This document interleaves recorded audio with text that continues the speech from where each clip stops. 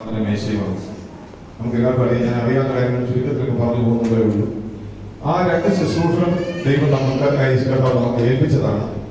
എന്നാൽ യേശുകർത്താവ് ഈ ശുശ്രൂഷയെ പറ്റി ശിഷ്യന്മാരോട് പറയുമ്പോൾ നമുക്കറിയാം, ശ്രദ്ധിച്ച് കേൾക്കണമല്ലായിരുന്നു. ഓക്കെ, കുഞ്ഞുങ്ങളോട് കുഴപ്പമില്ല. പറയുമ്പോൾ യേശുകർത്താവിനെ പറ്റി ഡീറ്റെയിൽ ആയിട്ടുള്ള ഇൻഫർമേഷൻ കൊടുത്തിട്ടില്ല. എന്റെ ഓർമ്മയ്ക്കായി ഇത് ചെയ്യുമെന്ന് പറഞ്ഞ് ശിഷ്യന്മാരെ ശുശ്രൂഷയൊക്കെ ഫലമേൽപ്പിച്ചു.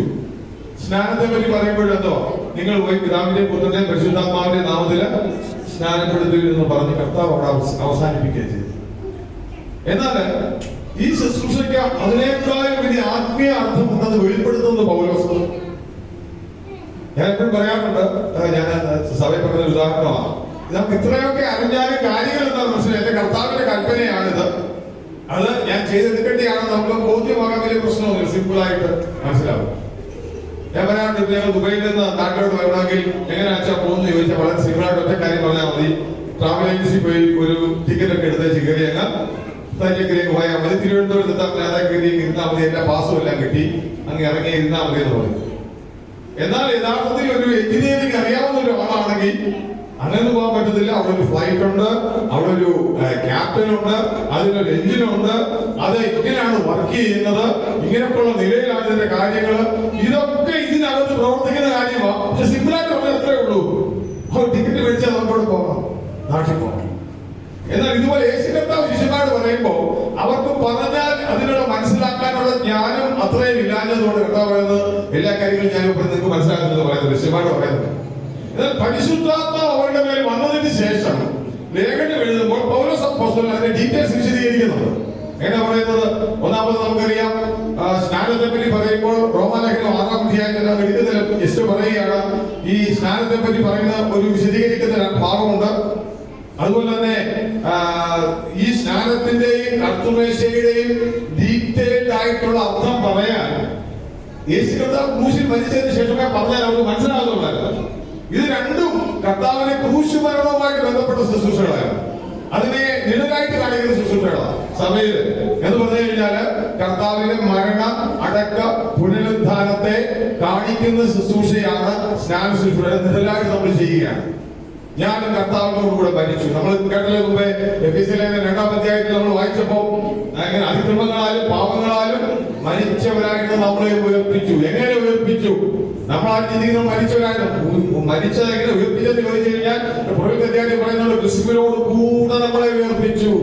നിങ്ങൾ വിശ്വാസം മൂലം രക്ഷിക്കപ്പെട്ടിരിക്കുന്നു. രക്ഷിക്കപ്പെടുക എന്ന് പറയുന്നത് തടങ്ങിയിരിക്കുന്ന ആത്മീയാർത്ഥം എന്ന് പറയുന്നത് നമ്മൾ നേരത്തെ കേട്ടതുപോലെ ദൈവത്തെ വിട്ട് മാറിപ്പോയ നമ്മളെല്ലാവരും മരിച്ചവരായിരുന്നു.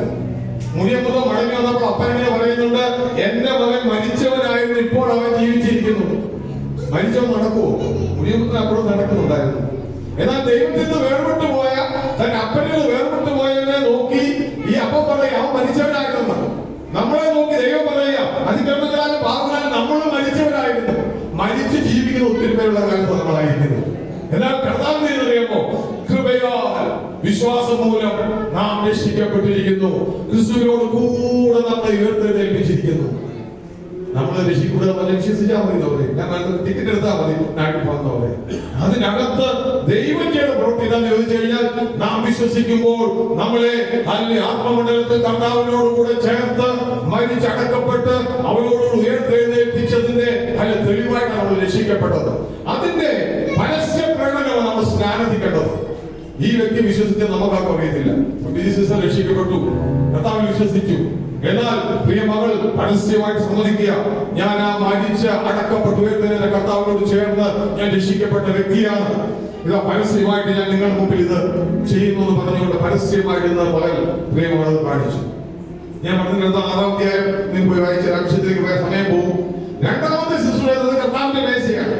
കർത്താവിന്റെ മേശയും നമ്മളെ കാണിക്കുന്നത് നമുക്ക് വേണ്ടി തകർക്കപ്പെട്ട ഒരു കർത്താവ്, ഉയർത്തെഴുന്നേറ്റ ഒരു കർത്താവ്, വീണ്ടും വരുന്ന ഒരു കർത്താവ്, അതിനെ ഓർക്കുന്നതിന് വേണ്ടി നമ്മൾ മുമ്പിൽ വെച്ചിരിക്കുന്ന ശുശ്രൂഷയാണ് ഈ രണ്ട് ശുശ്രൂഷ. എന്നാൽ ഈ ശുശ്രൂഷ പറയുമ്പോൾ എന്തോ യേശു കർത്താവ് പറഞ്ഞപ്പോൾ എന്റെ ഓർമ്മയ്ക്ക് ചെയ്യാൻ പറഞ്ഞു.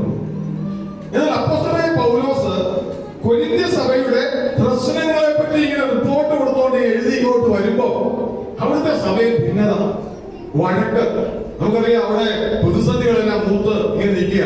താൻ ലേഖനം എഴുതാൻ വേണ്ടി ഇങ്ങനെ എഴുതി ഞാൻ ചിന്തിക്കുകയായിരുന്നു, ഇവർക്ക് എന്ത് മറുപടി കൊടുക്കണം കർത്താവേ, അവർ തമ്മിൽ ദൈവത്തിന്റെ സന്നിധി കൂടി വരുമ്പോൾ തമ്മിൽ പ്രശ്നം, വഴക്ക്, ദ്വന്ദ്വപക്ഷം, പ്രശ്നങ്ങളെല്ലാം ഉണ്ട്. അവിടെ വലിപ്പച്ചെറുപ്പമുണ്ട്. എന്തിനെന്ന് ചോദിച്ചപ്പോൾ കർത്താവ് ദൈവത്തിന്റെ ആത്മാവ് പൗലോസിനെ ബോധ്യപ്പെടുത്തി. ഇങ്ങനെ പറഞ്ഞു, ഞാൻ കർത്താവിൽ നിന്ന് പ്രാപിക്കുകയും നിങ്ങൾ കേൾപ്പിക്കുകയും എന്നത് ചെയ്യുന്നത് പറഞ്ഞുകൊണ്ട് കർത്താവിന്റെ മേശയെ പറ്റിയുള്ള വെളിപ്പാട് അവർക്ക് പറഞ്ഞു കൊടുക്കുക. വളരെ ശ്രദ്ധിച്ച് കേൾക്കുക. എന്ത് പറഞ്ഞത്? അത് പറഞ്ഞ് എന്റെ ഓർമ്മയ്ക്കായിട്ട് ചെയ്യുമെന്ന് പറഞ്ഞ് നിർത്തിയില്ല. അടുത്തത് പൗലോസ് അതിന്റെ മാർമിക വശം പറയുക. അതിന്റെ മാർമിക വശം പറയുക. എന്തിനാ കർത്താവിന്റെ മേശ വളരെ സിമ്പിൾ ആയിട്ടൊരു കാര്യമൊന്നുമല്ല. എന്തുകൊണ്ട് പൗലോസ് ആ പ്രശ്നത്തിൽ ഇരിക്കുന്ന സഭയോട് എന്ന് പലരും ഒരു ശുശ്രൂഷ പോലെ എടുക്കുന്നു. ദൈവത്തിന്റെ ആത്മാവ് ആ അർത്ഥമല്ലെന്ന് ഉപയോഗിച്ചിരിക്കുന്നത്. കർത്താവിന്റെ ഞാനിങ്ങനെ പറയാറുണ്ട്, കർത്താവിന്റെ മേശയിൽ നമ്മൾ ചെയ്ത കാര്യം എന്താ? നമ്മെ തന്നെ ശോധന ചെയ്തിട്ട് വേണം നമ്മൾ ഈ ശുശ്രൂഷയിൽ പങ്കെടുക്കാൻ. അതിനർത്ഥം എന്താ? ഞാൻ എപ്പോഴും സഭയെ പറയുന്ന ഒരു കാര്യമാ, ഈ അല്ലാത്തവരുടെ ശിക്ഷാവിധിയെ ഏൽപ്പിക്കുകയും ചെയ്യുന്നു. ഒരു ശിക്ഷാവിധിയെ പറ്റി പറഞ്ഞുകൊണ്ട് നമ്മളെ ശോധന ചെയ്ത് ഈ അപവിധികളിൽ നിന്ന് പങ്കെടുക്കണമെന്ന് ദൈവത്തിന് ഫലം പറയുക. അത് എന്തിനാണ് പറഞ്ഞേക്കുന്നത്? നമുക്ക് വേറൊരു വലിയ ദൈവത്തിന്റെ ന്യായവിധി വരാൻ പോകുന്നുണ്ട്. നമുക്കറിയാം, അതിലേക്ക് നമ്മൾ വിടുകയില്ല. നിങ്ങളെ അതുകൊണ്ട് അവരോടുകൂടെ ശിക്ഷാവിധി ഏർപ്പെടാതിരിക്കേണ്ടതിന് നിങ്ങളെ ബാലശിക്ഷ കഴിക്കും. രണ്ട് തലമെന്ന് പറയുന്നത് ഞാൻ ഇങ്ങനെ പറയാറുണ്ട് എപ്പോഴും. ഈ സ്കൂളുകളിലൊക്കെ ക്ലാസ് പരീക്ഷ നടത്തും. എല്ലാ ക്ലാസ് പരീക്ഷ പിള്ളേരുടെ ടെസ്റ്റ് ചെയ്യാൻ വേണ്ടി ക്ലാസ് പരീക്ഷ എന്തിനാന്ന് ചോദിച്ചു കഴിഞ്ഞാൽ, ഈ ക്ലാസ് പരീക്ഷ പാസ്സായി കഴിഞ്ഞ് പോയി കഴിഞ്ഞാൽ എളുപ്പം എന്ന് വെച്ച് കഴിഞ്ഞാൽ ഫൈനൽ എക്സാം എളുപ്പമായിരിക്കും അല്ലെ? എല്ലാം പഠിച്ചു പോകും. നമ്മളോട് ഓരോ കർത്താവിന്റെ മേശ നമ്മോട് പറയുന്നത്, നമ്മൾ നമ്മളെ തന്നെ ശോധന ചെയ്യണം. നമ്മളെ തന്നെ മനസ്സിലാക്കി ദൈവസന്നിധിയിൽ ഏൽപ്പിച്ചു കൊടുത്തുകൊണ്ട് അല്ലെങ്കിൽ നമ്മൾ ശിക്ഷാവിധിയിൽ ഏർപ്പെടാതിരിക്കാൻ ഇങ്ങനെ ഞാൻ വരുമ്പോൾ എന്റെ ഓർമ്മയ്ക്കായിട്ട് ഇത് ചെയ്തു കഴിഞ്ഞാൽ ഞാൻ വരുമ്പോൾ നിങ്ങൾക്ക് ഈസി ആയിട്ട് ആ പ്രൊമോഷൻ ഉണ്ടെന്നുള്ളത്. അത് കർത്താവിന്റെ ശുശ്രൂഷ വളരെ സിമ്പിൾ. ഞാൻ ആ വിഷയത്തിലേക്ക് പെട്ടെന്ന് കടന്നു വന്ന ഈ രണ്ട് ശുശ്രൂഷ ചില കാര്യങ്ങൾ മാത്രം പറഞ്ഞ കർത്താവിന്റെ മേശയിലേക്ക് പങ്കെടുക്കുക. ഒന്ന്, ഞാൻ പറഞ്ഞ പോലെ സ്നാന ശുശ്രൂഷ വിശാലിന്റെ ഏറ്റവും വലിയ പണി സ്നാനത്തെയും അതിന് വിലയില്ലാത്തതാക്കുക, കർത്താവിന്റെ മേശ വിലയില്ലാതാക്കുക. എന്തിനാ ചെറുപ്പോ കർത്താവിന്റെ മേശ എടുക്കാൻ പഠിക്കാൻ പോവുക. സ്നാനം എന്ന് പറഞ്ഞാൽ അത് ഞങ്ങൾ സ്നാനത്തിന്റെ ഒക്കെ ആവശ്യമുണ്ടോ? സ്നാനത്തിന്റെ ഒന്നും ആവശ്യമില്ല. ഈ മാർജിനലൈസ് ചെയ്ത് വിലയില്ലാത്തതാക്കി കാണിച്ച് ശുശ്രൂഷകളുടെ വില തള്ളിക്കളയുന്ന പിശാചിന്റെ ഒരു പരിപാടി. ദൈവത്തിന്റെ ആത്മാവ് നമ്മോട് പറയാനുള്ളത്, ദൈവം കൽപ്പിച്ച ഈ കൽപ്പന എന്ന് പറയുന്നത് നമ്മൾ വെറുതെ വിലയില്ലാത്തതായിട്ട് കാണാനല്ല, അതിന് ദൈവത്തിന്റെ ആത്മാവ് എന്താണോ അർത്ഥം കൊടുത്തത് ആ അർത്ഥം മനസ്സിലാക്കിയിട്ട് പങ്കെടുക്കണമെന്നാണ്. ഇപ്പൊ ഞാൻ പറഞ്ഞു കഴിഞ്ഞാല്, ഞാൻ നേരത്തെ ഒരു ടിക്കറ്റ് എടുത്ത് നേരെ നാട്ടിൽ ടിക്കറ്റ് എടുത്ത് കയറിയാണ് ഫ്ലൈറ്റ് ടിക്കറ്റ് എടുത്ത് അവൻ കയറി. മറ്റൊരു ചോദിച്ചു കഴിഞ്ഞാൽ എന്താ പറയുന്നത് വെച്ച് കഴിഞ്ഞാൽ അവൻ പറയും, അവൻ എഞ്ചിനീയർ, ഇത് പഠിച്ചത് അവൻ ഇതിനെപ്പറ്റി പഠിച്ചു. അവൻ പറയും, ഇല്ല ഫ്ലൈറ്റ് ഇങ്ങനെ പോകുന്ന വഴിക്ക് അതിനകത്ത് എഞ്ചിനുണ്ട്, 2 എഞ്ചിനുണ്ട്, പ്രവർത്തിച്ചാൽ കുറച്ച് കഴിയുമ്പോൾ അത് മേലോട്ട് പോകും. ചില സ്ഥലങ്ങളിൽ എയർ പോക്കറ്റുകളുണ്ട്. നമ്മൾ അന്നേരം ഈ ഇതിനെപ്പറ്റി ഒന്നും അറിയാത്തവൻ എന്ത് ചെയ്യുന്നറിയോ? എയർ പോക്കറ്റിൽ അയ്യോ നെഞ്ചത്തെത്തി കാര്യം എന്തോ പിടിച്ചു തീരെ പോകുന്നില്ല. എയർ പോക്കറ്റ് ഇതിനകത്ത് ഉള്ളതാണ്. ഇതൊക്കെ ഫ്ലൈറ്റ് ലാൻഡ് ചെയ്യുമ്പോൾ ചെറിയ കുട്ടികൾ ഇതൊക്കെ ഉള്ളതാണ്. ഇത് ആർക്കറിയാം? ഇതിന്റെ മാർമിക വശം അറിയാവുന്നവന് ഒരു ഫ്ലൈറ്റ് ട്രാവൽ ചെയ്യുന്നത് പ്രശ്നമില്ലെന്ന് അവൻ അറിയാവുന്നത് പോലെ ഞാൻ ഇത് വെക്കാൻ പറയാം, വെറുതെ പങ്കെടുക്കുന്ന മാർമിക വശങ്ങളെ മനസ്സിലാക്കിയ ക്രിസ്തീയ ജീവിതം വളരെ സ്മൂത്ത് ആയിട്ട് പോകുന്നതിന് വേണ്ടി കർത്താവ് സഭക്കേൽപ്പിച്ച ശുശ്രൂഷ കർത്താവിന്റെ ദേശം വളരെ സീരിയസ് ആയിട്ട് എടുക്കണം. അതുകൊണ്ടാണ് നമുക്ക് ആ വിഷയത്തിലേക്ക് കടന്നു വരാം. ഞാൻ നമുക്ക് വില കുറച്ച് വിശാലിതായിട്ട് പറയും, ഇതിന് വെച്ച കർത്താവിന്റെ ദേശം സഭയിൽ അടിയും പിടി ദോഷവും വഴക്കും എപ്പോഴും പറയും. എന്നിട്ട് ഇന്ന് കർത്താവിന്റെ മേശ വരുമ്പോ എന്താ ഓർമ്മയ്ക്കായിട്ടാണ് ചെയ്തിട്ട് പോകും. എന്താ ഓർമ്മ? പൗലോസ് അപ്പോസ്തലൻ ഓർമ്മയ്ക്കായി ചെയ്യാനല്ല പറഞ്ഞത്. പൗലോസ് വളരെ സീരിയസ് ആയിട്ട് പറഞ്ഞ, വളരെ വാണിംഗ് തന്ന ഒരു ഡിവൈൻ റെവലേഷനിലൂടെ പൗലോസ് സഭയ്ക്ക് കൊടുത്തു. സഭയുടെ പ്രശ്ന പരിഹാരത്തിനായിട്ട് കൊടുത്തൊരു ശുശ്രൂഷയായിട്ട് ഞാൻ ഇതിനെ കാണുക. അവരെ നമുക്കറിയാം, നമുക്ക് 2-3 വാക്കുകൾ പെട്ടെന്ന് എടുത്ത് ഞാൻ പറഞ്ഞു വരുന്നു. 1 കൊരിന്ത്യർ സമയം നമുക്ക് ചെയ്യാറില്ലായിരുന്നു. 1 കൊരിന്ത്യർ അതിന്റെ 11-ാം അധ്യായത്തില് 1 കൊരിന്ത്യർ 11-ാം അധ്യായത്തില് അതിന്റെ 26-ാമത്തെ വാക്യം തുടങ്ങുമെന്ന് വായിച്ചാൽ മതി. അങ്ങനെ നിങ്ങൾ ഈ അപ്പം തിന്നുകയും ഞാൻ ഈ വാക്യങ്ങൾ ഇങ്ങനെ തുടങ്ങുന്നത് അതിന് തൊട്ട് മുമ്പിലുള്ള തന്നെയുള്ള വാക്യങ്ങൾ നമുക്കറിയാം. യേശു കർത്താവ് പറഞ്ഞ വാക്യം മുഴുവൻ കൂട്ടി ചെയ്തിട്ടുണ്ട്. എന്തൊക്കെ പറയുന്നുണ്ട്? എന്റെ ഓർമ്മയ്ക്കായിട്ട് ചെയ്യുവീൻ, ഇതെന്റെ രക്തത്തിൽ പുതിയ നിയമമാകുന്നു, ഇത് കുടിക്കുമ്പോഴൊക്കെ. ഇത് പൗലോസ് നേരെ എടുത്ത് പറഞ്ഞിട്ട് ഈ വഴക്കുള്ള സഭയോട്, ഈ സഭയുടെ പ്രശ്നം എന്താണെന്ന് ചോദിച്ചു കഴിഞ്ഞാൽ ഒന്നും 18-19 വാക്യം സമയത്താണ് ഞാൻ പറയുന്നത്, പെട്ടെന്ന് പറഞ്ഞു പോകുന്നേ ഉള്ളൂ. 18-19 പിശാചിന് ഏറ്റവും ഇഷ്ടമുള്ള കാര്യം ഭിന്നത. തമ്മിൽ വഴക്കുണ്ടാക്കുക. എന്നിട്ട് അത് 12 വാക്യങ്ങളിൽ പറയാം. നിങ്ങളുടെ ഈ വാക്യത്തിൽ 12 വാക്യത്തിൽ പറയാം, നിങ്ങളുടെ ഇടയിൽ എന്നുണ്ട് ഭിന്നതയുണ്ടെന്ന് ഞാൻ കേൾക്കുന്നു. പിശാചിന് ഏറ്റവും വലിയ ഇഷ്ടമുള്ള കാര്യം ഭിന്നത. കാര്യം എന്താണെന്നറിയോ? കർത്താവ് സഭയെ ഒന്നിച്ചാ പണിയുന്നത്. തമ്മിൽ വേർപെട്ട് പോയി കഴിഞ്ഞാൽ പിന്നെ പിശാചിന്റെ മുമ്പിൽ ഒരു പേരും അതിന് കാണത്തില്ല. പിശാചിന്റെ മുമ്പിൽ ഒരു പേരും അങ്ങനത്തെ സഭയെ പിശാചിനെ ഞാൻ ചപ്പി ചിമ്പി ഞാൻ കൊണ്ടുപോകുക. നമ്മളോട് ദൈവം ആഗ്രഹിക്കുന്നത് സഭയെ ഒന്നിച്ചു നിർത്തണമെങ്കിൽ ഭിന്നതയില്ലാതെ, ദ്വന്ദ്വപക്ഷമില്ലാതെ. ഇത് ലോകത്തിന്റെ മുമ്പിൽ സഭയൊക്കെ വെറും വിടക്കാകുമ്പോൾ ഞാൻ കാര്യം പറയാം, കർത്താവിന്റെ വേഷം നമ്മളെ അനുസ്മരിപ്പിക്കുന്നത് സഭയായിട്ട് ഒന്നിച്ചു വളർന്നു വന്ന് യോജിപ്പോടെ വരേണ്ടതിന്റെ ആവശ്യകത ഓർമ്മിപ്പിക്കുക. ഇതുപോലെ നിങ്ങളുടെ മുമ്പിൽ ഭിന്നതയുണ്ടെന്ന് കേൾക്കുന്നു. അതിനെന്താ ഭിന്നത? നമുക്കിവിടെ വായിക്കുന്നുണ്ട്. എന്താ അവിടെ പറയുന്നത്? നിങ്ങൾ കൂടി വരുന്നത് നന്മയ്ക്കല്ല തിന്മയ്ക്ക് എത്ര ഇടയാകുന്നത്. ചില 17 വാക്യങ്ങളാണ് വായിച്ചത്. എന്നിട്ട് വായിച്ചത്. എന്നിട്ട് അതിന്റെ 12 വാക്യത്തിൽ, അതിന്റെ അടുത്ത വാക്യത്തിൽ പറയുമ്പോൾ 20-21 വാക്യങ്ങൾ വായിക്കുമ്പോൾ അവർ ഒന്നാമത് ഭിന്നതയുണ്ട്, രണ്ടാമത് 20-21 വാക്യങ്ങൾ വായിച്ചാൽ എന്ത് ചെയ്യാം? ഇതിനൊട്ടും വിലയില്ലാതാക്കി കാണുക. എന്തുവാ? അത് നിങ്ങൾ വരുമ്പോൾ എന്താണ് കഴിക്കുന്നത്? 20-20 വാക്യം. നിങ്ങൾ കൂടി വരുമ്പോൾ കർത്താവിന്റെ അത്താഴം അല്ല കഴിക്കുന്നത്. ഇതിന് അടി ഉണ്ടാക്കിയിട്ട് കഴിക്കാൻ നോക്കിയിട്ട് വന്നതോടെ നിങ്ങൾ കർത്താവിന്റെ അത്താഴമല്ല കഴിക്കുന്നത്. എന്തിനാന്ന് വെച്ച് കഴിഞ്ഞാൽ യോജിപ്പില്ലാതെ ഈ ശുശ്രൂഷ. ഇന്ന് ഞാൻ പറയട്ടെ, നമ്മുടെ മുമ്പിൽ കർത്താവിന്റെ മേശയുടെ മധ്യ കാണിക്കുന്ന കോപ്രായങ്ങളൊന്നും ദൈവവചനത്തിന്റെ ബേസിച്ച് നോക്കിയ കർത്താവിന്റെ മേശയല്ല. അത് പൗലോസ് പറയുക, ഇത് കർത്താവിന്റെ മേശയല്ല നിങ്ങൾ ചെയ്യുന്നത്. നിങ്ങൾ തമ്മിൽ ഭിന്നത ഉണ്ടാക്കിയിട്ട് വഴക്കുണ്ടാക്കിയിട്ട് നിങ്ങൾ ഇന്ന് പങ്കെടുക്കുമ്പോൾ ഇത് കർത്താവിന്റെ മേശ അല്ലാതായി തീരുക. ഒന്ന് ഞാൻ പറഞ്ഞില്ലേ, ഒന്ന് ഇത് ഭിന്നത ഉണ്ടാക്കുന്ന, ഭിന്നതയെ ഓവർകം ചെയ്യുന്നതിന് വേണ്ടി അല്ലെങ്കിൽ അങ്ങനെയുള്ള അവസ്ഥയിൽ സഭയെ ഒന്നിപ്പിക്കുന്നതിന് വേണ്ടി ദൈവം കൊടുത്തൊരു ശുശ്രൂഷ. രണ്ടാമത് തന്നെ വിലയില്ലാതാക്കുന്ന പിശാചിനെ ആകെ നമ്മുടെ മുമ്പിൽ കാണിച്ചു തരിക. ഇത് വിലയില്ലാത്തതല്ല, ഇത് കർത്താവിന്റെ മേശയാണ്, നിങ്ങൾ ഭക്ഷണം കഴിക്കുന്ന പോലെ കഴിക്കേണ്ടതല്ല. മൂന്നാമത് പറയുന്നത് 22 വാക്യത്തിൽ വായിക്കുക, ഇവരുടെ തെറ്റായ തീരുമാനങ്ങൾ. ഇവര് ഭക്ഷണമില്ലാതെ കൊണ്ടുവന്നു. അന്നത്തെ കാലത്ത് ഇവർക്കൊരു ലവ് ഫീസ്റ്റ് ഉണ്ടായിരുന്നു. അതിൽ കൂടുതൽ ഇത് കഴിക്കുക. അത് വീട്ടിൽ ഇരുന്ന് കഴിച്ച് ഞാൻ എപ്പോഴും പറയാം, വെള്ളം കഴിച്ചെല്ലാം കുടിച്ചെന്ന് പറഞ്ഞ് അന്ന് വീഞ്ഞൊക്കെ കുടിക്കുക, എല്ലാം കിറുങ്ങി പഠിച്ചൊക്കെ സഭയെ വന്നിരുന്നത് ഓരോസ് പറയുക, നിങ്ങൾ വീട്ടിൽ ഇരുന്ന് കഴിക്കണം, അവിടെ ഇരുന്ന് കഴിക്കും. ഞാൻ പറയും, എല്ലാവരെയും ഒന്നായിട്ട് കാണാൻ വേണ്ടിയാണ് ദൈവം ഈ ശുശ്രൂഷ കൊടുത്തത്. അല്ലെങ്കിൽ 10-ാമത്തെ പറയുമ്പോൾ ഓരോരുത്തരും ഒരു ശരീരത്തിന്റെ ഭാഗങ്ങളാണെന്ന് പറയുന്നത്. ഞാൻ പറഞ്ഞിരിക്കുന്നത് വെച്ച് കഴിഞ്ഞാൽ ഇതിനൊരു ഡിവൈൻ ഒറിജിൻ ഉണ്ട്. ഞാൻ കർത്താവിൽ നിന്ന് പ്രാപിച്ചതാണ്. ചാരിത്രപരമായ ഒരു ഒറിജിൻ ഉണ്ട്. കർത്താവിന്റെ സ്വന്തം കൈയാൽ ചെയ്തതാണ്. അതുപോലെ നമ്മൾ നോക്കുമ്പോൾ ഇതിനൊരു ഡിവൈൻ അതോറിറ്റി ഉണ്ട്. പറഞ്ഞവൻ കർത്താവായ യേശു ക്രിസ്തുവാ, എന്റെ ഓർമ്മയ്ക്കായിട്ട് ഇത് ചെയ്യുമെന്ന് പറയുന്നുണ്ട്. അതുപോലെ ഡിവൈൻ ഇമ്പോർട്ടൻസ് ഇതിനുണ്ട്. യോഗ്യമായ നിലയിൽ മാത്രമേ ഭക്ഷിക്കാവൂ എന്നുള്ളത്. അതുപോലെ ഡിവൈൻ വാണിംഗ് ഇതിനകത്തുണ്ട്. നിങ്ങൾ അങ്ങനെ ചെയ്താൽ ബാലശിക്ഷ കഴിക്കപ്പെടുന്നു. ഞാൻ പറയട്ടെ, ഒന്നുകൂടെ എല്ലാവരും ചിന്തിച്ചു നോക്കുക. കർത്താവിന്റെ സഭയെ ഒന്നിപ്പിക്കാൻ ദൈവം കൊടുത്ത ശുശ്രൂഷ. അതുകൊണ്ടാണ് 26-ാം വാക്യത്തിൽ വായിച്ചത്.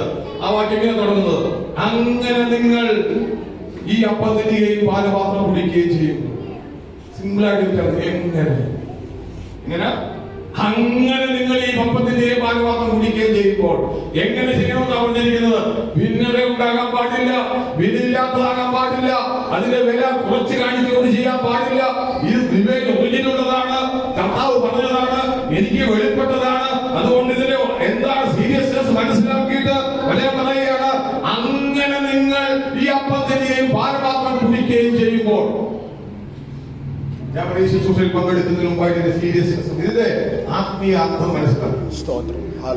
ശിഷ്യന്മാരോട് പറഞ്ഞപ്പോൾ അവർക്ക് അതിന്റെ അർത്ഥം മനസ്സിലായില്ലെങ്കിൽ നമ്മളോട് പറയുക എന്തുകൊണ്ടാണ് വിധി ചെയ്യേണ്ടതെന്നുള്ളത്. ഇവിടെ പറയുന്നു, ഒന്നാമത് പറയുകയാണ്, ഈ ശുശ്രൂഷയുടെ പ്രത്യേകത കർത്താവിന്റെ കൽപ്പന ആയതുകൊണ്ട് കൽപ്പന അനുസരിക്കുന്നവർക്ക് ഒരു ബ്ലെസ്സിംഗ് ഉണ്ട്. ഞാൻ സ്നാനത്തിൽ രാവിലെ സിസ്റ്ററോട് പറഞ്ഞ പോലെ, സിസ്റ്റർ ഇത് കർത്താവിന്റെ കൽപ്പന ആയതുകൊണ്ട് since you are obeying it, there is a blessing in it. നമുക്ക് പുറമേ കാണത്തില്ല, പക്ഷെ ദൈവത്തിന്റെ ആത്മാവിന്റെ അനുഗ്രഹ സിസ്റ്റം ഉണ്ട്. അതുപോലെ ഈ കർത്താവിന്റെ മേശ എന്ന് പറയുന്നത് ഞാൻ വരുവോളതിന്റെ ഓർമ്മയ്ക്കായിട്ട് ചെയ്യുമെന്ന് പറഞ്ഞ കർത്താവിന്റെ കൽപ്പനയാണ് എന്നുള്ള ചിന്തയോടെ നമ്മൾ കഴിക്കുമ്പോൾ അതുകൊണ്ടാണ് പൗലോസ് പറയുന്നത്, ഞാൻ അനുഗ്രഹിക്കുന്ന അനുഗ്രഹപാത്രം ക്രിസ്തുവിന്റെ രക്തത്തിന്റെ കൂട്ടായ്മയല്ലയോ. നമ്മൾ ശുശ്രൂഷയിൽ പങ്കെടുക്കുമ്പോൾ അതിന്റെ സീരിയസ്നെസ് മനസ്സിലാക്കി ചെയ്യണം ദൈവം ആഗ്രഹിക്കുന്നത്. നീ അതിന്റെ ചോദിക്കും, അച്ഛാ ഞങ്ങൾക്ക് പങ്കെടുത്തോട്ടെ. ആര് പങ്കെടുക്കണമെന്ന് പൗലോസ് പറയുന്നുണ്ട് ഈ വാക്യത്തില്. അങ്ങനെ നിങ്ങളെന്ന് പറഞ്ഞു. നിങ്ങൾ ആരാണ്?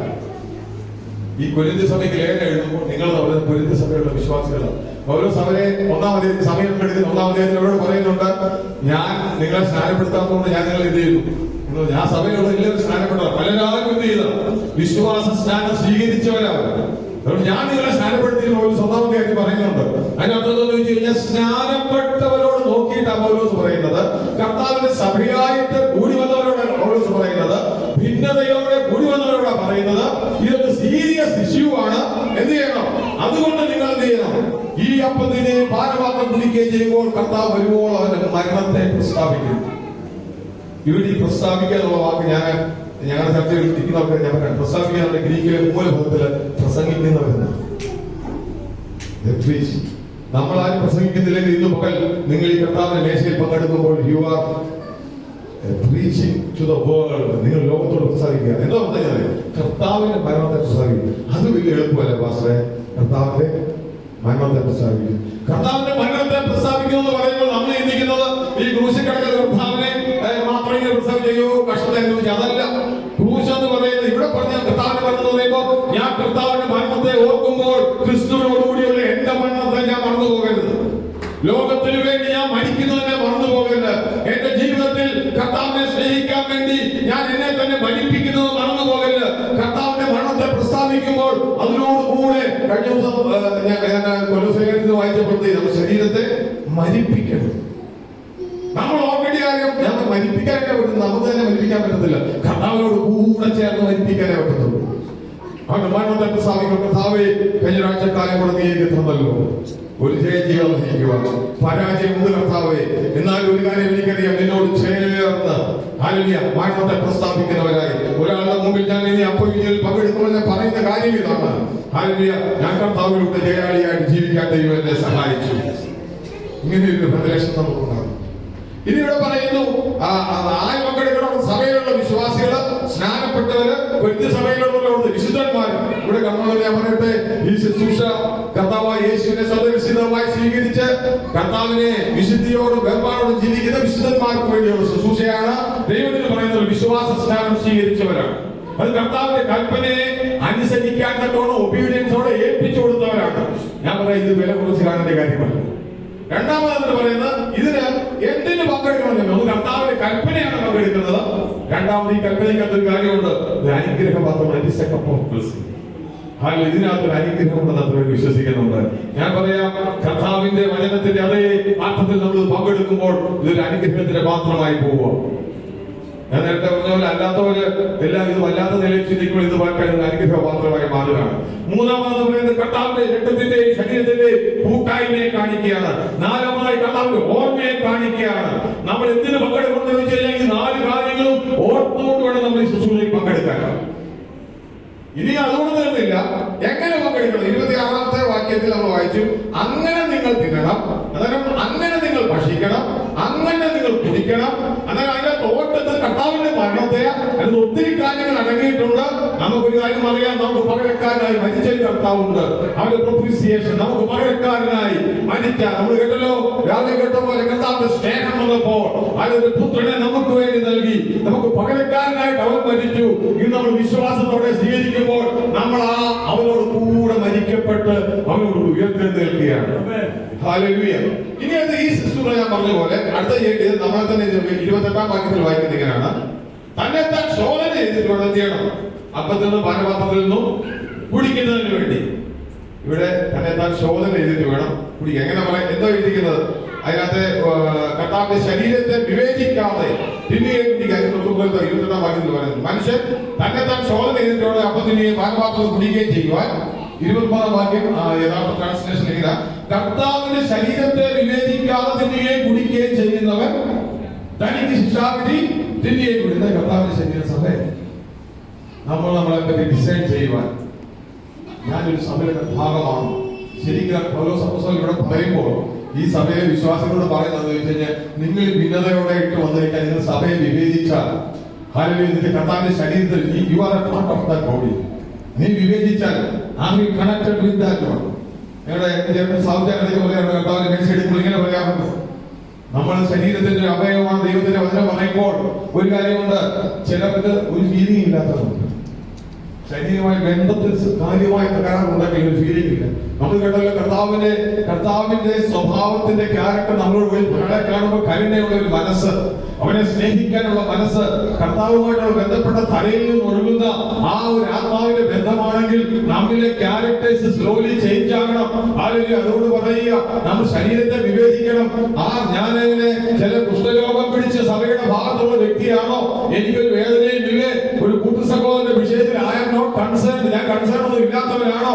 അങ്ങനെയാണെങ്കിൽ we have to really think about our stand in the body of Christ. കർത്താവിന്റെ ശരീരത്തിൽ നമ്മുടെ അവസ്ഥയെപ്പറ്റി നമ്മൾ ചിന്തിക്കേണ്ടവരാണ്. ഇന്ന് പലക്കാലം നമ്മൾ കടന്നു വരുമ്പോൾ ഞാൻ പറയട്ടെ, നമ്മളെല്ലാം ഒരു ശരീരത്തിലാണ്. എന്റെ കൂട്ടുകാരൻ പൗലോസ് 12 പറയുമ്പോൾ അന്യോന്യ ഭാരങ്ങളെ ചുമക്കി തമ്മിൽ ഭാരങ്ങളെ ചുമക്കുന്ന, അതിനെപ്പറ്റി ഓർമ്മിപ്പിക്കുന്ന ഒരു കർത്താവിന്റെ മേശ. 27 വാക്യത്തിൽ ഇങ്ങനെ വായിക്കുമ്പോൾ ഇത് വായിക്കുന്നുണ്ട്, ഈ അനുഗ്രഹത്തിന്റെ പാത്രം എന്തുകൊണ്ട് അനുഗ്രഹ പാത്രമല്ലാതെ മാറ്റാനും നമുക്ക് പറ്റും. അത് നമ്മൾ വായിച്ച് 27 വാക്യത്തിൽ വായിക്കും. അതുകൊണ്ട് എന്ത് ചെയ്യണം? അയോഗ്യമായി അപ്പം തന്നെയും പാകപാത്രം കുടിക്കുകയും ചെയ്യുന്നതെല്ലാം കുറ്റക്കാരാണ്. ഞാൻ പറഞ്ഞ പോലെ it is A table of blessing ആകുന്ന സമയത്ത് തന്നെ ടേബിൾ ഓഫ് കണ്ടംനേഷനുമാണ്. കുറ്റവിധിയുടെ മെസ്സയാക്കാം. ആരാകുന്നത്? നമ്മൾ ഇന്ന് പറഞ്ഞാൽ എത്ര പേർക്ക് ആഗ്രഹമുണ്ട് കർത്താവേ ഒരു ബ്ലെസ്സിങ്സിന്റെ മേശയാക്കണം, എന്നെ തന്നെ ശോധന ചെയ്തിട്ട്. ഞാൻ ഒരിക്കലും ഇവിടെ പറയുന്ന അടുത്ത വാക്യത്തിൽ പറഞ്ഞ് അവസാനിപ്പിക്കട്ടെ. ഇവിടെ പറയുന്നത് അതുകൊണ്ട് അനേകരും രോഗികളും അനേകരും നിദ്ര കൊള്ളുന്നു. അല്ലെങ്കിൽ ചില ആൾക്കാർ ഇതിനെപ്പറ്റി ഒത്തിരി ചിന്തകളൊക്കെ ഉണ്ടെങ്കിൽ ഞാൻ പറയട്ടെ, പലരും സഭയ്ക്കകത്ത് ആത്മീയവും അനിക്കപ്പെട്ട് കിടക്കുക, അനേകം ആത്മീയമായി രോഗികളായിരിക്കുക. നമ്മൾ കേട്ടതുപോലെ കുഷ്ഠരോഗം ബാധിച്ച അനേകം സഭയ്ക്കകത്തുണ്ട്. എപ്പോഴാ വേദപ്പെട്ടു പോകുന്നത് പോലും അറിയത്തില്ല, ഒരു സെൻസിറ്റിവിറ്റിയും ഇല്ല. ഇത് വായിക്കാൻ കർത്താവിന്റെ മേശ നമ്മളെ നമ്മളോട് പറഞ്ഞു തരുന്ന ഒരു കാര്യം എന്ന് ചോദിച്ചു കഴിഞ്ഞാൽ, നമ്മൾ അതിന്റെ കൺസേൺ ഉള്ളവരാണ്. ആമായി really connected to the church. ഞാൻ സഭയുമായിട്ട് ബന്ധപ്പെട്ട് നിൽക്കുന്ന വ്യക്തിയാണോ? പറയുക എന്നെ കൊണ്ടെല്ലാം ചെയ്യാൻ പറ്റുന്നു. എല്ലാവരുടെ വിഷയങ്ങളൊക്കെ അറിഞ്ഞു കഴിഞ്ഞാൽ ഞാൻ എന്തോ ചെയ്യും? അറ്റ്ലീസ്റ്റ് നമുക്ക് പ്രാർത്ഥിക്കാൻ പറ്റുമല്ലോ, അവരെ ഒന്ന് തലോടാൻ പറ്റുമല്ലോ, ഒന്ന് ഒരു ഫോൺ വിളിച്ചവരോട് പറയാൻ പറ്റുമല്ലോ, പോയി ഒന്ന് കാണാൻ പറ്റുമല്ലോ. ആമായി കണക്റ്റഡ് ടു ദ ചർച്ച്. എന്റെ കുടുംബസഹോദരമായി ഞാൻ കണക്റ്റഡ് ആണോ? ദൈവത്തിനാത്മാവിന്റെ വരക്കാൻ നമ്മോട് ചോദിക്കും. ഒരു നിമിഷം നമുക്ക് ദൈവങ്ങളിൽ എത്തിക്കാം. ഇത് വരക്കാൻ ഒരു അനുഗ്രഹത്തിന്റെ ശുശ്രൂഷയായി മാറുവാൻ പൗലോസ് യഥാർത്ഥത്തിൽ തന്നത് ആത്മീയമായ രക്ഷത്തിലാണ് തന്നിരിക്കുന്നത്. ഇന്ന് വരക്കാൻ നമ്മൾ ആത്മാർത്ഥമായ ഹൃദയത്തിൽ ഏറ്റെടുക്കുവാൻ ദൈവസന്നിധി വന്നിട്ട് പറയാം, കർത്താവേ ഈ അപ്പം ഇതൊരു ഞാൻ പറയുന്നത് ദുഃഖത്തിന്റെ ശുശ്രൂഷയല്ല. പല ആൾക്കാർ ചിന്തിക്കുന്ന പോലെ ഇത് ദുഃഖത്തിന് ഇതിന് രണ്ട് തലമുണ്ട്. ഒരു സ്പിരിച്വൽ തലമുണ്ട്, ഒരു ഫിസിക്കൽ തലമുണ്ട്. നമ്മൾ കാൽവരി ക്രൂശിലേക്ക് നോക്കുമ്പോൾ നമ്മൾ കാലിലെ നിലവിളിക്കുന്ന ഒരു കർത്താവിനെ കാണാൻ പറ്റും. കൈകാലിൽ ക്രൂശിൽ തറയ്ക്കപ്പെട്ട കർത്താവിനെ കാണും. അവിടെ നിലവിളിക്കുന്ന യേശുവിന്റെ അമ്മയെയും മറ്റാൾക്കാരെ നമുക്ക് കാണാൻ പറ്റും. നമ്മൾ ഫിസിക്കൽ തലത്തിൽ നോക്കുമ്പോൾ ഇതൊരു വേദനയുടെ ശുശ്രൂഷയാണെങ്കിൽ, സ്പിരിച്വൽ തലത്തില് ശത്രുവിന്റെ അധികാരത്തെ തകർത്ത ആത്മീയ ശുശ്രൂഷയുടെ അടയാളമാണ്.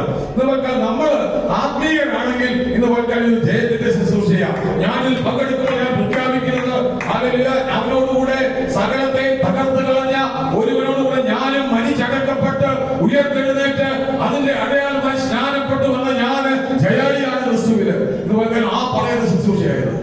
അതുകൊണ്ട് നിരാശയുടെ ശുശ്രൂഷയല്ല. ഇത് പോൽക്കാൻ ഞാനിത് പറഞ്ഞുകൊണ്ട് ഞാൻ കർമ്മശ പങ്കെടുത്തില്ല, അങ്ങനെ പറയാനല്ല. അതുകൊണ്ട് ദൈവത്തിന്റെ സിമ്പിൾ സൊല്യൂഷൻ തന്നെ താൻ ശോധന ചെയ്യണം. കർത്താവിന്റെ ശരീരത്തെ വിവേചിക്കണം. രണ്ട് കാര്യങ്ങൾ എത്ര പേര് അത് ചെയ്യാൻ തയ്യാറാണെന്ന് പറഞ്ഞാലും ഞാൻ പറയാം, this is surely going to be a cup of blessing. അനുഗ്രഹത്തിന്റെ കപ്പ് ഓഫ് കണ്ടംനേഷനിൽ നിന്ന് ഒരു കപ്പ് ഓഫ് ബ്ലെസ്സിംഗിലേക്കായിട്ട് മാറും. പല സംഗീതക്കാർ ഇങ്ങനെ പറയുന്നുണ്ട്, ശത്രുക്കൾ മുമ്പാകെ നീ എനിക്ക് മേശയെ ഒരുക്കുന്നു. ഇതുപോലെ നിന്നെ നോക്കുന്ന ആത്മീയ മണ്ഡലത്തിലെ ചില ശത്രുക്കൾ നിന്നെ തകർക്കുവാൻ വേണ്ടി ശ്രമിക്കുമ്പോൾ, ഇന്ന് നീ വിശ്വാസത്തോടെ എടുക്കുമ്പോൾ അവരുടെ മുമ്പിൽ പറയണം, എനിക്ക് വേണ്ടി ഒരു ക്രൂശിൽ മരിച്ചു, അവനോട് കൂടെ ഞാനും മരിച്ചു. അവന്റെ ഓർമ്മ ഇതുവരെ ഭക്ഷിക്കുമ്പോൾ ഞാൻ അത് പ്രസിദ്ധീകരിക്കുകയാണ്. ആ പിശാച് നിനക്ക് എന്നോടൊന്നും ചെയ്യാൻ പറ്റത്തില്ല, ഞാൻ ക്രിസ്തുവിൽ ജയാളിയാണ് എന്ന് പ്രഖ്യാപനമാണ്. ഒരു ദിവസം കണ്ണുകളെ അടച്ച് നമുക്ക് പ്രാർത്ഥിക്കാം. ഈ ശുശ്രൂഷയെ നമുക്ക് തുടർന്ന് പ്രാർത്ഥിച്ച് കർത്താവിന്റെ കാര്യങ്ങളിലേക്ക് എല്ലാവരും കണ്ണുകളെ അടച്ച് വ്യക്തിപരമായിട്ട് ഒരു 2 നിമിഷം തങ്ങളെ തന്നെ ശോധന ചെയ്തായിട്ട് കർത്താവിന്റെ സത്യപ്പെടുന്നതായിട്ട്, കർത്താവെ കർത്താവിന്റെ ശരീരത്തെ ഞാൻ വിവേചിക്കുന്നവനാണ്. ഹല്ലേലൂയ. ഇതുപോൽക്കാലം കേൾപ്പിച്ചു കൊടുക്കുന്നത് തന്നെ താൻ ശോധന ചെയ്ത് ഈ ശുശ്രൂഷ അങ്ങനെയുള്ളവർക്ക് വേണ്ടിയുള്ള ദൈവാത്മാവ് എനിക്ക് ശുശ്രൂഷ ചെയ്യാം. ഇത് വെറുതെ എല്ലാ ആഴ്ചയിലും ഒന്ന് ചെയ്യാനുള്ളത്. ഇതൊരു ഹല്ലേലൂയ പീരിയോഡിക് എക്സാം ആണ്. എല്ലാ ദിവസവും നമ്മളെ തന്നെ എക്സാം ചെയ്യും. ചെയ്യുവാൻ, നമ്മളെ തന്നെ ശോധനയിൽ ശുദ്ധീകരിക്കുവാൻ, ദൈവസന്നിധിയിൽ നമ്മുടെ കൂട്ടു സഹോദരങ്ങളുമായുള്ള ബന്ധത്തെ കൊണ്ടൊന്ന് അരക്കെട്ട് ഉറപ്പിക്കുവാൻ, ദൈവസന്നിധിയിൽ നമ്മൾ പറയുവാൻ, പിശാചിനോട് പറയുവാൻ, ഇത് ഓർമ്മിക്കുന്ന നിനക്ക് എന്നെ ഒന്നും ചെയ്യാൻ സാധിക്കത്തില്ല, അല്ലെങ്കിൽ നിന്റെ സകല അധികാരത്തെയും വാഴ്ചകളെയും അധികാരങ്ങളെയും ആയുധം വെപ്പിച്ച് ജയാളിയായവനോടുള്ള ജയാളിയായവന്റെ ഓർമ്മയാണ് ഇത് പ്രസിദ്ധമാക്കുന്നത്. പരിശുദ്ധനായ ദൈവമേ, നല്ല പിതാവേ, അങ്ങയുടെ കരങ്ങളിൽ കർത്താവെ സഭയെ പ്രാർത്ഥിക്കുന്നു. കർത്താവെ, അവിടുത്തെ കർത്താവിന്റെ മേശയുടെ മധ്യത്തിലുണ്ടല്ലോ കർത്താവെ, ഇത് വൽക്കരവതിൽ പങ്കെടുക്കുമ്പോൾ നിങ്ങൾ കേട്ടതുപോലെ കർത്താവെ അനുഗ്രഹ പാത്രമാണ് കർത്താവെ. ഞങ്ങൾ വായിക്കുന്ന തെറ്റായിട്ട് കഴിച്ച കർത്താവിന്റെ കോപം ജ്വലിപ്പിക്കുന്നു എന്ന് പൗലോസ് ചോദിക്കുന്നു. ഇന്ന് പകൽ കർത്താവെ അത്ര സീരിയസ് ആയിട്ട് നീ കാണുന്ന ശുശ്രൂഷയാണ്. അപ്പൊ കർത്താവിന്റെ ഒബീഡിയൻസിന് ചേർന്ന് നിന്റെ മക്കളായ ഞങ്ങൾ ഒന്നിച്ച് ആഗ്രഹത്തോടെ പ്രാർത്ഥനയോടെ കടന്നു വരികയാണ്. ആ ശുശ്രൂഷയിൽ പങ്കെടുക്കുമ്പോൾ കർത്താവെ ഞങ്ങൾ വായി കർത്താവെ അങ്ങയുടെ ശരീരത്തിന്റെ ഓർമ്മയ്ക്കായിട്ട് ഈ അപ്പവും കർത്താവെ രക്തത്തിന്റെ ഓർമ്മയ്ക്കായിട്ട് പുതിയ ദൈവത്തിന്റെ ഓർമ്മയ്ക്കായിട്ട് ഈ വീയും ഞങ്ങൾ വെക്കുമ്പോൾ കർത്താവെ അത് ഞങ്ങളുടെ ശരീരാത്മദേഹികളില് കർത്താവെ വിജയത്തിന്റെ ഒരു ഘോഷമായി മാറ്റുക കർത്താവെ. നിങ്ങൾക്ക് എല്ലാ നെഗറ്റീവ്സ് മാറട്ടെ കർത്താവെ. ക്രിസ്തു ജയാളിയാണെന്നുള്ള ബോധ്യത്തിന് മക്കളെ വരട്ടെ കർത്താവെ. എല്ലാ മക്കളെയും കൽപ്പിക്കുന്നു യേശു ക്രിസ്തുവിന്റെ നാമത്തിൽ തന്നെ. നമുക്കിവിടെ മേശമേൽ അപ്പവും പാനപാത്രവും ഉണ്ട്. നമുക്കറിയാം പത്രോസ് പറയുന്നത് ഇങ്ങനെയാണ്, കർത്താവിന്റെ അവൻ അവന്റെ ശരീരത്തിൽ നമ്മുടെ പാപങ്ങളെ ചുമന്ന് കുരിശിലേക്ക് നമുക്കൊരു തകർക്കപ്പെട്ട നമുക്ക് ഇതൊരു ആരാധനാ സമയം കൂടെ it's A time of worship. എന്ന് ആരാധിക്കുന്നതല്ലേ കർത്താവ് സ്തോത്രം ചൊല്ലി നുറുക്കിയ നമ്മളെ ഇന്ന് പറ്റാൻ നമുക്ക് സ്തോത്രം ചൊല്ലി നുറുക്കുവാൻ ദൈവസന്നിധിയിൽ കർത്താവ് എഴുതിയെന്ന് പറയാം. കർത്താവെ, ഈ മേശ it's a table of thanksgiving, നന്ദിയുള്ള ഒരു മേശയായി മാറട്ടെ. എപ്പോഴും നിങ്ങൾ അടുത്തൊരു കർത്താവെ നമ്മൾ കേട്ടതുപോലെ സ്നേഹത്തിന്റെ ആഴം തന്നെ ഓർക്കുന്നത് കർത്താവ് എന്നെ നീ സ്നേഹിച്ചല്ലോ എന്ന് പറയാൻ എത്ര പേര് തയ്യാറുണ്ട്. രണ്ടാമത് പാനപാത്രത്തെ പുതിയ ദൈവം നമ്മൾ നമുക്കൊരു പ്രൊപ്രീസിയേഷനായിട്ട് പകരക്കാരനായിട്ട് എങ്ങനെയാ ക്രിസ്തുവിനെ കർത്താവ് മരിച്ചത്?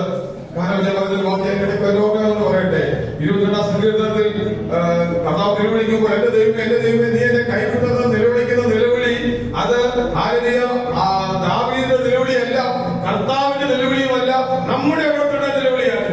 ഞാൻ കർത്താവ് ഇന്ന് പറയാൻ നമ്മള് തെറ്റിദ്ധരിക്കരുത്.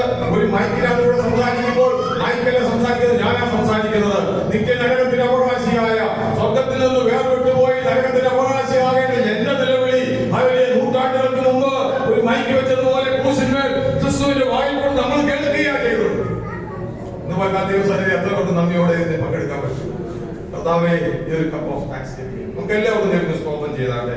എല്ലാവരും ദൈവത്തിന്റെ കരങ്ങളിൽ ദൈവജനം വായിക്കുന്നത് കർത്താവായ യേശുവിനെ കാണിച്ചു കൊടുത്ത രാത്രി അവൻ അപ്പം എടുത്ത് സ്തോത്രം ചൊല്ലി നോക്കി. പൗലോസ് നാം നോക്കുന്ന ഈ അപ്പം അതിന്റെ പൗലോസ് ഒരിക്കലും താൻ വ്യക്തിപരമായിട്ട് നാം കൂടിയവനായിട്ടല്ല, എല്ലാവരും നാം ഒന്നിച്ചു നോക്കുന്ന ഈ അപ്പം. ഇവിടെ ഞാൻ പറയട്ടെ, ഇവിടെ നിൽക്കുന്ന ഞാനും വിളിക്കുന്ന കർത്താവിൽ വിലയേറിയപ്പെട്ട ദാസന്മാരും പങ്കെടുക്കപ്പെട്ട നിങ്ങളെല്ലാം ദൈവസന്നിധിയിൽ ഒരേ വിലയേ ഉള്ളൂ, ഒറ്റ യോഗ്യതയേ ഉള്ളൂ. അത് നമുക്ക് വേണ്ടി തകർക്കപ്പെട്ട ഒരു ശരീരവും നമുക്ക് വേണ്ടി ചൊരിയപ്പെട്ട രക്തവുമാണ്. ഇന്ന് കാലം അതിലേക്ക് നോക്കിയുള്ള കർത്താവെ നീ ഞങ്ങളെ സ്നേഹിച്ചല്ലോ. ഒരു താങ്ക്സ്ഗിവിംഗ് മേശയായിട്ട് ഇത് മാറട്ടെ. അല്ലെങ്കിൽ നമ്മുടെ കരങ്ങളിൽ ഇത് വരുമ്പോൾ നമുക്ക് പറയാം അതുകൊണ്ടാണ് സ്തോത്രം ചൊല്ലി നുറുക്കി എല്ലാവർക്കും നന്ദിയോടെ സ്തോത്രം ചെയ്യാം.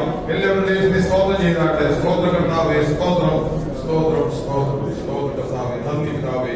അവരുടെ ശരീരം ഞങ്ങൾ കൂടി തകർക്കപ്പെട്ടതിനാണ്. അതുപോലെ ദൈവത്തിന് പറയുന്ന തന്നെ അത്താഴം കഴിഞ്ഞ ശേഷം അവൻ പാനപാത്രവും എടുത്തു. ഈ പാനപാത്രത്തിന്റെ രക്തത്തിൽ പുതിയ നിയമമാകുന്നു. ഹല്ലേലൂയ. നമ്മൾ ചിന്തിക്കുമ്പോൾ ഒരു കാര്യം നമ്മളെ കൊണ്ട് ചെയ്തെടുക്കാൻ സാധിക്കാത്ത ഹല്ലേലൂയ നമുക്ക് വേണ്ടി മറുവിലയായി കർത്താവ് ക്രൂശിന്മേൽ കയറിയപ്പോൾ അവന്റെ രക്തം നമുക്ക് വേണ്ടി ചൊരിയപ്പെട്ടപ്പോൾ പുതിയ ഉടമ്പടി സ്ഥാപിക്കപ്പെടുക. ഉടമ്പടി ആരുമായിട്ടായിരുന്നു അറിയാമോ? സകല മനുഷ്യകുലത്തിന്റെ പകരക്കാരനായ പിതാവുമായിട്ടുള്ള ഉടമ്പടി. ഹല്ലേലൂയ. ഒരിക്കലും മാറ്റമില്ലാത്ത ഉടമ്പടി. ഹല്ലേലൂയ. ആ ഉടമ്പടിക്കകത്ത് വിശ്വസിച്ച നമ്മൾ കർത്താവിനോട് ചേർന്നപ്പോൾ നമ്മുടെ യാതൊരു യോഗ്യതയെ കൊണ്ടല്ല, വിശ്വാസത്താൽ അവന്റെ ശരീരത്തോട് ചേർന്ന നാം ഈ വലിയ ഉടമ്പടിക്ക് പങ്കാളികളാണ്. ഒരു നന്മയും പറഞ്ഞിട്ടല്ല. ഇത് പൽക്കാലം ഈ പുതിയ ഈ രക്തത്തിന്റെ ഉടമ്പടി ഈ പുതിയ നിയമത്തിന്റെ ഉടമ്പടിയായ ഈ രക്തത്തിന്റെ ഓർമ്മയെ ഭക്ഷിക്കുമ്പോൾ കർത്താവേ, ആ ഉടമ്പടിക്കാൻ നീ എന്നെ യാതൊരു യോഗ്യതയില്ലാത്ത എന്നെ ക്രിസ്തുവിൽ കൂടെ നീ പങ്കാളിയാക്കിയല്ലോ എന്നുള്ള ചിന്തയോടെ നമുക്ക് പങ്കെടുക്കാം. ഹല്ലേലൂയ. ഞാൻ നേരത്തെ പറഞ്ഞതുപോലെ കർത്താവായ യേശുവിനെ സ്വന്തം രക്ഷിതാവായി സ്വീകരിച്ച് തിരുവചനം പറയുന്ന വിശ്വാസ സ്നാനം സ്വീകരിച്ച് ഭയത്തോടും ഭക്തിയോടും ആഗ്രഹിക്കുന്നവർക്ക് ഹല്ലേലൂയ നിങ്ങളെ ഐഡന്റിഫൈ ചെയ്യാൻ നിൽക്കാൻ പറ്റുന്നവര് ആ സ്ഥാനങ്ങളിൽ നിൽക്കുക. ഞാൻ കൂടെ പറയാം, അതിലെ ക്രിസ്ത്യ കുടുംബത്തിൽ ജനിച്ചതോട് പങ്കെടുക്കാൻ പറ്റത്തില്ല, ബന്ധുക്കോസുകാരനായതോട് പങ്കെടുക്കാൻ പറ്റത്തില്ല. വചനം പറയുന്ന വിശ്വാസ സ്നാനം സ്വീകരിച്ച് ഹല്ലേലൂയ പൗലോസ് നമ്മുടെ വചനം പറയുന്ന പോലെ ഇതിൽ ഓർഡറുണ്ട്. അപ്പോസ്തലപ്രവൃത്തി വായിക്കുമ്പോൾ അവർ അപ്പം നുറുക്കിയും കൂട്ടായ്മ ആചരിച്ചും പ്രാർത്ഥന കഴിച്ചും പോന്നിരുന്നു. അവർ എന്ന് പറയുന്നത് അന്ന് പത്രോസിന്റെ പ്രസംഗം കേട്ട് സ്നാനപ്പെട്ട 3000-ഓളം പേര്. ഒരു വ്യക്തമായ ഓർഡർ ദൈവത്തിൽ നമുക്ക് നൽകിയിട്ടുണ്ട്.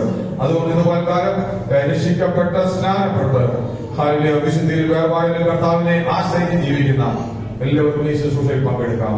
അവർ തങ്ങളെ തന്നെ ശോധന ചെയ്ത് ദൈവസന്നിധിയിൽ ഞാൻ ഈ സഭയുടെ ശരീരത്തിനംഗമായ യൂണിവേഴ്സൽ ചർച്ചിലെ ഭാവമാണ് കർത്താവേ എന്നുള്ള ചിന്തയോടെ നമുക്ക് ഈ ശുശ്രൂഷയിൽ പങ്കെടുക്കാം. അങ്ങനെയുള്ള ദൈവസന്നിധിയിൽ എഴുന്നേൽക്കാം. ഇത് പ്രായമുള്ളവരുണ്ടെങ്കിൽ അവിടെ തന്നെ ഇരിക്കാം. വയ്യാത്തവരും അവിടെ തന്നെ ഇരുന്നാൽ മതി. കർത്താവിന്റെ മേശകളോട് എഴുതാൻ മതി.